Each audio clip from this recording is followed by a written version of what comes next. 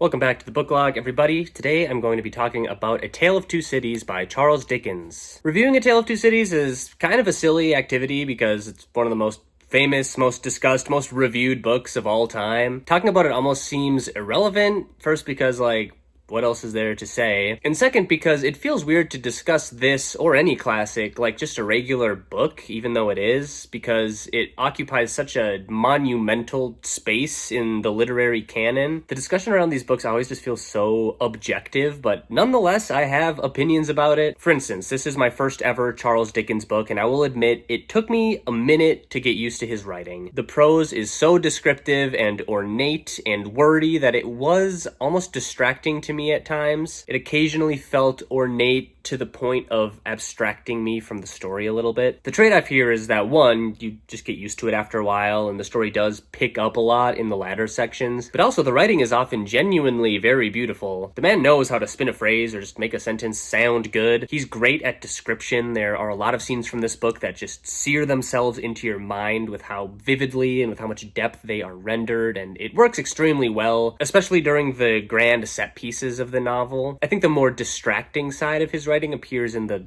less important moments, kind of between the major scenes where not much is happening and yet he's still making sentences that span half a page. But enough about all that. What is this story actually about? I suppose technically this is historical fiction. The only reason I say technically is because I don't think Charles Dickens was necessarily super concerned with historical accuracy in this book, but he was more using this historical event as a vehicle to drive his narrative forward. This book follows a whole ensemble cast of characters over the course of many years as their lives become increasingly tangled up in the chaos leading up to and during the French Revolution. It primarily takes place in England and France, London and Paris being the two cities in question, and as far as I can determine, the most central character to the plot is a woman named Lucy Manette. I don't think she's the most interesting or well-written character in the book. I actually think she's one of the most boring characters, but she's kind of the center of all of its narrative threads, so I think it's easiest to start with her. In the very beginning of the story, Lucy's father, Dr. Manette, has just been released from an 18-year imprisonment in the Bastille. Lucy didn't even think he was alive, and Dr. Manette didn't even know he had a daughter at all, but once released, his old banker friend, Jarvis Lorry, travels to Paris to retrieve him and bring him home. At first, Dr. Manette is a complete husk of a man. He's been imprisoned for so long that he can barely function, but throughout the book, he grows and improves and comes to have an incredibly strong bond with his daughter. Meanwhile, Lucy is getting married to a young French aristocrat named Charles Darnay. Due to the oppressive French aristocracy of the time, Charles has renounced his family name and is trying to start a new life in England.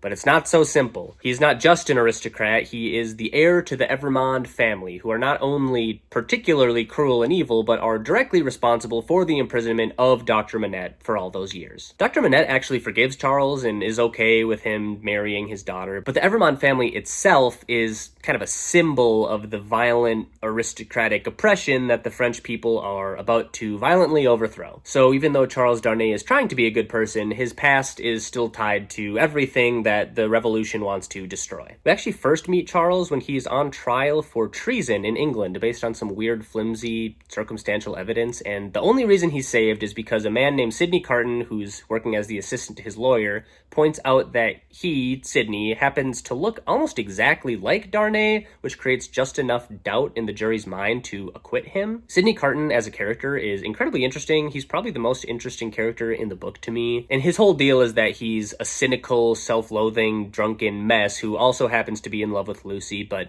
is so convinced of his own worthlessness that he doesn't think he deserves her, so pretty much doesn't even try. Pretty much the opposite of Charles Darnay himself, who, similar to Lucy, is a somewhat boring, proper Victorian noble person type. The crux of this whole novel, which is the entire last act, is when Charles Darnay foolishly returns to France to help out one of his old buddies and is subsequently arrested, put on trial, and sentenced to death for being a French aristocrat, despite the fact that he renounced his family name and personally didn't do anything wrong. This entire section is very tense, very fast-paced.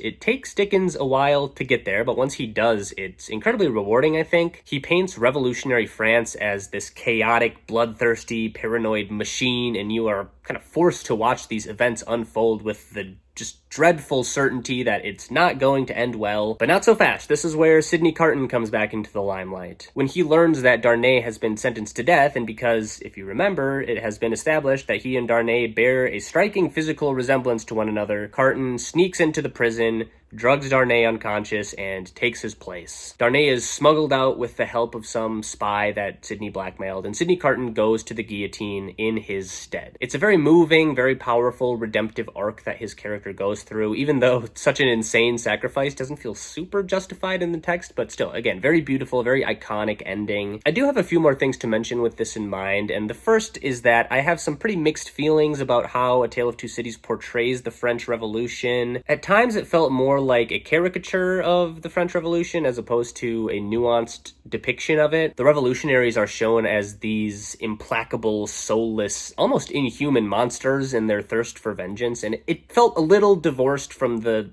material realities that actually drove the revolution. I felt this especially with the main antagonists of the story, the Defarges. Monsieur and Madame Defarge are wine shop owners in the Saint Antoine neighborhood of Paris, and early on they seem like grounded, if intense, revolutionaries with complex personalities, people who have genuinely suffered and are organizing others to fight back. There's this whole bit with Madame Defarge knitting the names of enemies of the revolution into her registry, which I thought was eerie and symbolic in a compelling way. But over time, they devolve into this kind of singular embodiment of hatred and vengeance, especially Madame Defarge, who becomes increasingly cartoonish in her cruelty. They just have this irrational bloodlust, which, while it works for the drama of the story, felt a little reductive and flattened what I thought could have been a much richer exploration of revolutionary motives. And that's not to say Dickens whitewashed the French aristocracy or anything. In fact, I felt those characters sort of suffered for much of the same reason, just being cartoonishly evil in a way that felt a bit too one-dimensional, a bit too on the nose. I do understand that this is probably intentional to some degree, like Dickens trying to heighten the moral stakes and the narrative tension, but from the perspective of a book that is ostensibly trying to be historical fiction, it did occasionally feel a bit overblown or melodramatic. But again, this is where I feel kind of weird criticizing this century-and-a-half old classic. For one,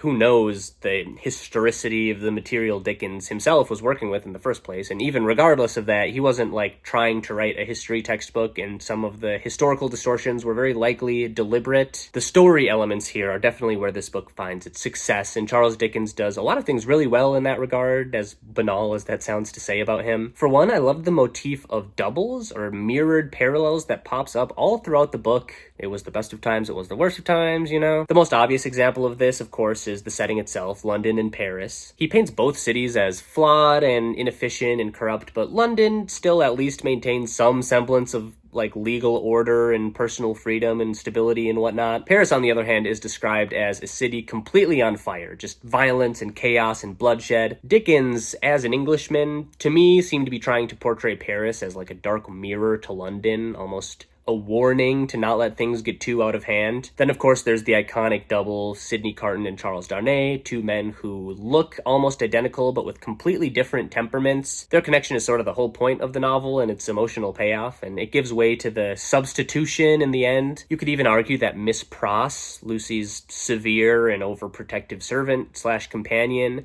and Madame Defarge are another set of doubles. They kind of represent the opposite sides of love and vengeance, and their final confrontation at the end is probably one of the best scenes in the whole book. I also quickly want to give a shout out to Jerry Cruncher, who is possibly my favorite character in the book and serves as the comic relief in the story. From what I've heard, Dickens books are usually pretty funny, with A Tale of Two Cities being somewhat of an exception, but I thought Jerry Cruncher was a blast. He's this strange grave robber guy with an incredibly thick, exaggerated British way of speaking. He's constantly irritated at his wife because he thinks her praying is somehow cursing him and making them poor. He's got super spiky hair, apparently, and a weird little son who's basically like a miniature version of him. Just a totally bizarre character, but I loved every time he was around, and he even got to play a major role in how the ending unfolds, with Sidney Carton using some of his grave-robbing discoveries as leverage to blackmail his way into Darnay's prison cell to do the switcheroo in the first place. All in all, for my first Dickens book, I really quite enjoyed this. It's a bit long-winded at times, and there were long sections, especially during the first half of the book, where I really had to concentrate to fully understand what was going on, but it's ultimately ultimately an incredibly rewarding experience. For all of its density and melodrama, it also manages to be gripping and emotional, and I can understand now why this guy was such a commercial and critical success at the time, and I'm excited to read some more of his works. His writing is very dense, but also very deliberate, and again, once you get the hang of it, it's